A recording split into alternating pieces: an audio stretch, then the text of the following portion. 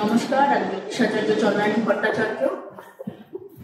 18 মে 2025-এ কেতু গ্রহ প্রবেশ করেছেন সিংহ রাশিতে এবং রাহু প্রবেশ করেছেন কুম্ভ রাশিতে। বিভিন্ন লগ্ন সাপেক্ষে তার প্রভাব কি ধরনের হতে পারে সেই বিষয়ে আসুন জেনে নেওয়া যাক। এর আগে আমাদের মেষ রাশি সম্বন্ধে আমরা বলেছি, এখন আমরা আসবো দ্বিতীয় রাশি বৃষ রাশি। বৃষ রাশিতে কেতুর যে ট্রানজিট হয়েছে সেটি তার লগ্ন সাপেক্ষে চতুর্থ ভাব এবং রাহুর ট্রানজিট যেটি হয়েছে সেটি তার লগ্ন সাপেক্ষে দশম ভাব। এখন এই বৃষ রাশিতে কেতুর প্রবেশে কি ধরনের রেজাল্ট দিতে পারে সেই বিষয়টিতে আপনাদেরকে বলতে চাই। বিষয়টি হলো যে কেতু গ্রহ হলো বিরক্তিকারক গ্রহ বা ডিস্ট্রাকশনের কারণ।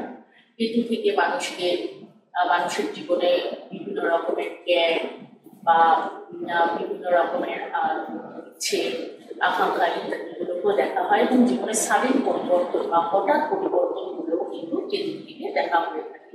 বৃষ রাশির জাতক জাতিকাদের যাদের কেতু চতুর্থ ভাবের উপর প্রবেশ করেছে তাদের জীবনে এটি গৃহ বা চতুর্থ ভাব হলো মায়ের জায়গা বা গৃহ বন্ধু বান্ধব এখান থেকে বিচার করা হয়ে থাকে।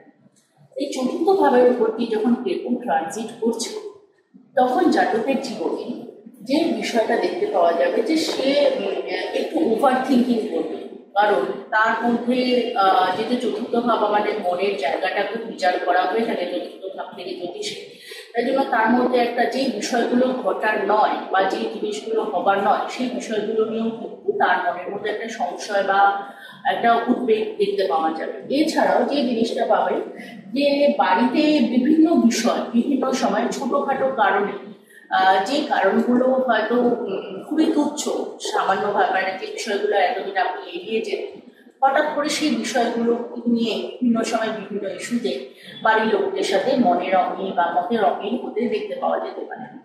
এছাড়াও আপনার মা বা আপনার বন্ধু বান্ধবদের মধ্যে কারো শরীর স্বাস্থ্য খারাপ হওয়ার সম্ভাবনাও দেখতে পাওয়া যায় এই কেতু ট্রানজিটে।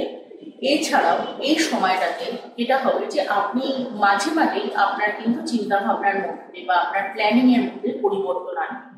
এছাড়াও বর্তমানে এই সময়টাতে আপনার জীবনে কি করতে চলেছে বা কি করবে সেই বিষয়টার থেকে বেশি আপনার পরবর্তীকালে বা অদূর ভবিষ্যতে আমার জীবনে কি ঘটতে পারে বা ঘটার সম্ভাবনা রয়েছে সেই বিষয়টা নিয়ে কিন্তু আপনার চিন্তা ভাবনা অনেক বেশি থাকবে।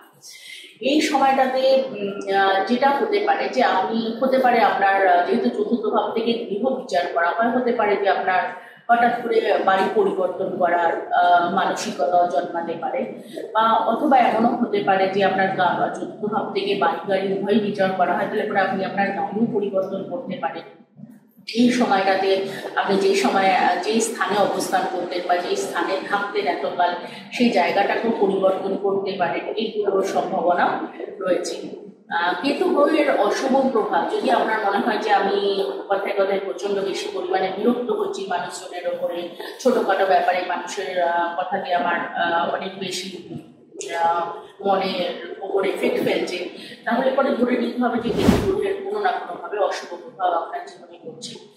তাই এর প্রতিকার স্বরূপ অতি অবশ্যই আপনি আপনার বাড়িতে ভগবান শিবের পুজো করুন এবং যারা স্ট্রিট ডগ রয়েছে, যে রাস্তায় কুকুররা রয়েছে, তাদের সেবা করুন। আর আপনার ব্যক্তিগত রাশি চক্র অনুযায়ী আপনার দশা অন্তর্দশা যেমন চলছে তার অনুপাতেও কিন্তু আপনার জীবনে তার একটা প্রভাব পড়ে। যদি আপনি সঠিকভাবে আপনার জীবনে অ্যাকচুয়াল রেমেডিটা কি হবে আপনার লগ্ন সাপেক্ষে এই ট্রানজিটটা, তাহলে অবশ্যই সেটা জানার জন্য ফোন করতে পারেন। ধন্যবাদ।